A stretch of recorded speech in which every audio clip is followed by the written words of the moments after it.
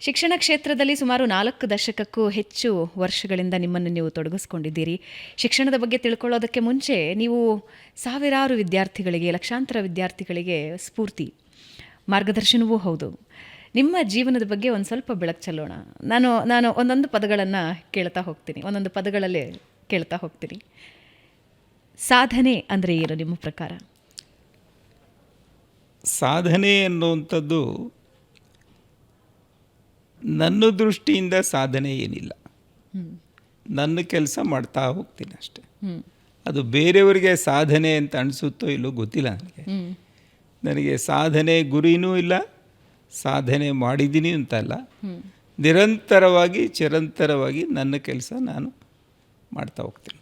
ಸವಾಲುಗಳು ಅಂದರೆ? ಸವಾಲು ಅನ್ನುವಂಥದ್ದು ನೀವು ನೋಡುವಂಥ ರೀತಿಯಲ್ಲಿ ಹೋಗುತ್ತೆ. ಈಗ ನನಗೆ ತುಂಬ ಸಲ ಕೇಳ್ತಾರೆ, ನಿಮಗೆ ಏನೇನು ಸವಾಲುಗಳನ್ನ ನೀವು ಸ್ವೀಕರಿಸಿದ್ದೀರಿ ಅಂತ. ನನಗೇನು ಸವಾಲುಗಳು ಇರಲಿಲ್ಲಪ್ಪ ಅಂತ. ನಿಮ್ಮ ಮನಸ್ಥಿತಿ, ಸಮಸ್ಯೆ, ಸವಾಲು ಇದೆಲ್ಲ ಕೂಡ ನಿಮ್ಮ ಮನಸ್ಥಿತಿ ಮೇಲೆ ಹೋಗುತ್ತೆ. ಇದೆ ಅಂತಂದರೆ ಭೂತ ಬರುತ್ತೆ, ಇಲ್ಲ ಅಂದರೆ ಏನೂ ಇಲ್ಲ. ಎಂ.ಕೆ. ಶ್ರೀಧರ್ ಅವರ ಜೀವನದಲ್ಲಿ ಶಿಕ್ಷಣದ ಮೌಲ್ಯ? ನನ್ನ ಜೀವನದಲ್ಲಿ ಶಿಕ್ಷಣದ ಮೌಲ್ಯ ಅಂದರೆ,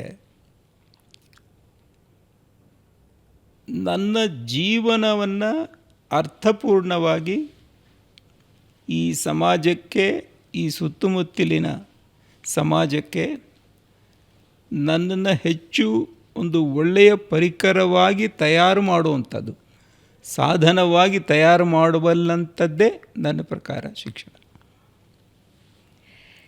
ಶಿಕ್ಷಣ ಮತ್ತು ಧೈರ್ಯ ಇವತ್ತಿನ ಯುವ ಜನತೆ ಅಥವಾ ವಿದ್ಯಾರ್ಥಿಗಳಿಗೆ ಎಷ್ಟು ಮುಖ್ಯ? ಶಿಕ್ಷಣದಲ್ಲಿ ಧೈರ್ಯ? ಶಿಕ್ಷಣದಲ್ಲಿ ಧೈರ್ಯ ಅಂದರೆ, ಶಿಕ್ಷಣದಲ್ಲಿ ಧೈರ್ಯ ಅನ್ನುವಂಥದ್ದು, ಈಗ ಉದಾಹರಣೆಗೆ ನಮ್ಮ ಕಾಲದಲ್ಲಿ ನಾನು ಈ ವ್ಯಾಸಂಗ ಮಾಡಿದ್ರೆ ಹೀಗಾಗ್ತೀನಿ ಅನ್ನುವಂಥದ್ದು ಆ ಥರದ್ದೇನು ಇರಲಿಲ್ಲ. ನಾನು ಓದ್ತಾ ಹೋದೆ, ನಾನಂದರೆ ಯಾರೇ ಆಗಲಿ ಓದ್ತಾ ಇದ್ವಿ, ಏನೋ ನಾವು ಜೀವನದಲ್ಲಿ ಬಂದ್ವಿ. ಈಗ ಇವತ್ತು ಎಲ್ಲ ಯೋಜನೆ ಮಾಡಿ ಅದಕ್ಕೆ ಬೇಕಾಗಿರುವಂಥ ತರಬೇತಿಯನ್ನು ಪಡೆದು ಅದನ್ನು ಮಾಡಿದಾಗ ಅದು ಧೈರ್ಯ ಕಳ್ಕೊಳ್ಳೋವಂಥ ಸನ್ನಿವೇಶನೂ ಬರ್ತಾಯಿದೆ.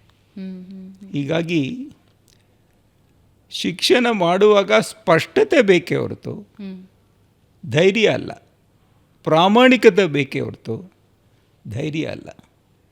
ಅದರಲ್ಲಿ ತೊಡಗಿಸುವಂಥ ಮನಸ್ಥಿತಿ ಇರಬೇಕೇ ಹೊರತು ಧೈರ್ಯ ಅಲ್ಲ ಅಂತ ನನಗನ್ಸುತ್ತೆ. ಶಿಕ್ಷಣ ಮತ್ತು ಮಾರ್ಕ್ಸ್ ಕಾರ್ಡ್? ಮಾರ್ಕ್ಸ್ ಕಾರ್ಡ್ ಭಾಳ ಚಿಕ್ಕದಮ್ಮ. ನನ್ನ ಪ್ರಕಾರ ಅದು ಭಾಳ ಗೌಣವಾದದ್ದು, ಮತ್ತು ಶಿಕ್ಷಣ ಭಾಳ ದೊಡ್ಡದು. ಆ ಶಿಕ್ಷಣ ಅಂದರೆ ಸಂಸ್ಕಾರ, ಶಿಕ್ಷಣ ಅಂತಂದರೆ ಸೇವೆ, ಶಿಕ್ಷಣ ಅಂದರೆ ಅರ್ಥಪೂರ್ಣ, ಶಿಕ್ಷಣ ಅಂದರೆ ಕೊಡುಗೆ, ಮತ್ತು ಎಲ್ಲದಕ್ಕಿಂತ ಮುಖ್ಯವಾಗಿ ನನ್ನ ಒಳಗೆ ಸುಪ್ತವಾಗಿ ಇರೋದನ್ನು ಹೊರಗಡೆ ತರುವಂಥದ್ದೇ ಶಿಕ್ಷಣ.